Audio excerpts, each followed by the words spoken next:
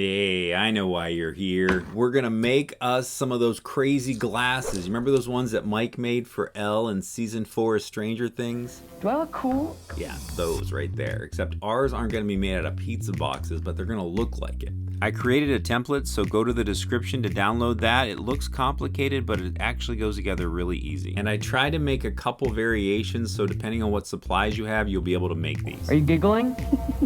You're giggling because I look awesome. Now you're probably making this just for a costume, but if you're into props, specifically screen accurate props, I tried to make this as screen accurate as possible. It's got these little flanges on the bottom.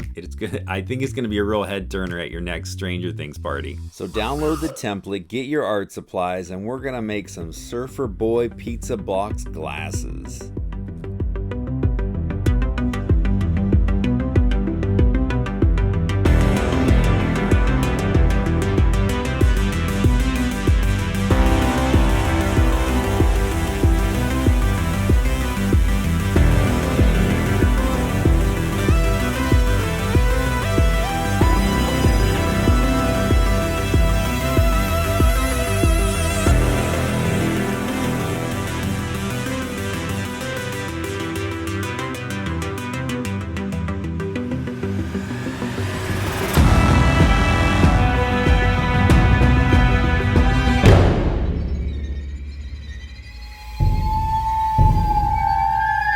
Okay, that was something. That little build montage was just for those of you that know what you're doing, just want to see some of those basic folds to see how this thing goes together. And I'm going to elaborate more on this build later in this video. But wow, I'll tell you what, I had no idea such a simple looking prop would take me so many hours of work.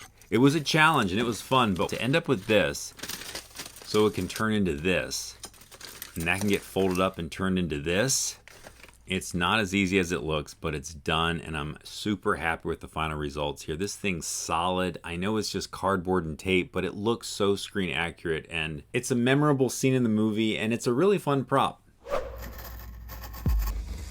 And if you're interested in picking up a finished prop and helping to support the channel for a limited time, I'm going to be hand cutting these high quality, these are laser print artwork, rigid cardboard. These things are going to be completely assembled, and they come with a pair of sunglasses already installed. Links in the description.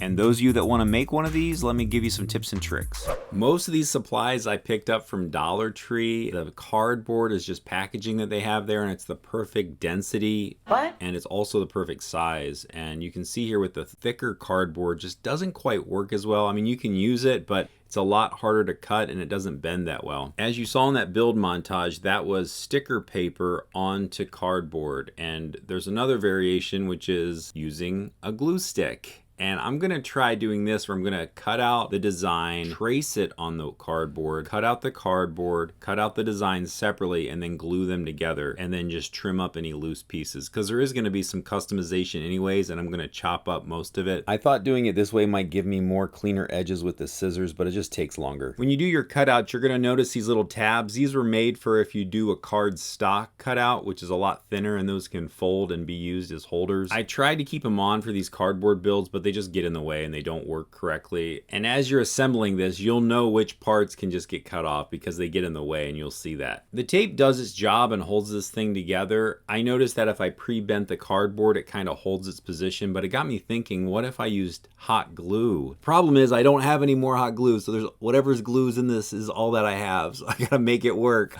Oh boy, hang on, I got an idea how to fix this.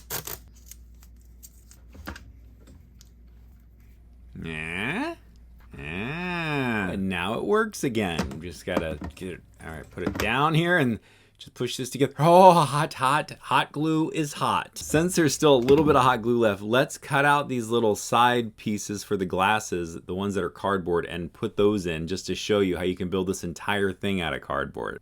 There it is, one on that side, one on this side, done. And you can cut these to size so they fit, but look at that.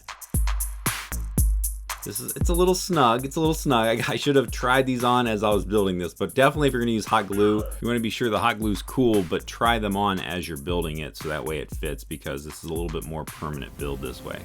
And it's totally dark, which means it works. And I noticed that when I put the tape on, I would press the tape along the front side, purposely making these folded bends across the front. And then once that was all on there, I would fold it over and connect the tape and tighten it all down. But that gave me the most screen accurate look doing that. And if it doesn't work, you just peel it off and push it back down again. It's pretty easy to work with. It's pretty unlikely that somebody's gonna be like, hey, that tape isn't the same as it was in the show, right? So this is definitely not a project to get too worried about the details, even though I'm telling you all about the details.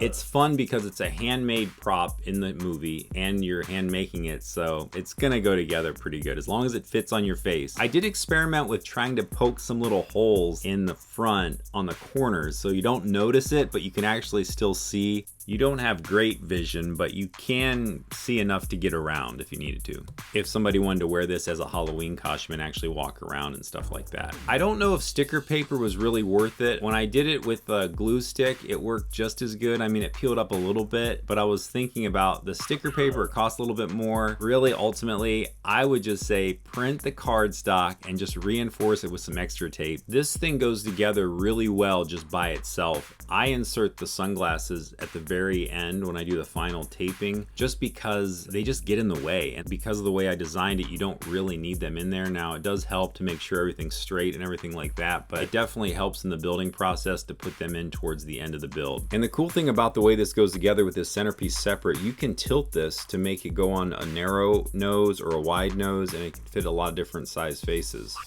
I made so many of these things. Now I wanted to because I wanted to get the plans as simple as possible, but wow, did I make a lot. Now there's two things that were good with that. One, you have really easy plans, and two, I got pretty good at making these. And like I mentioned earlier in the video, if you're interested in helping support the channel and to get yourself a one-of-a-kind handmade prop by Knoptop.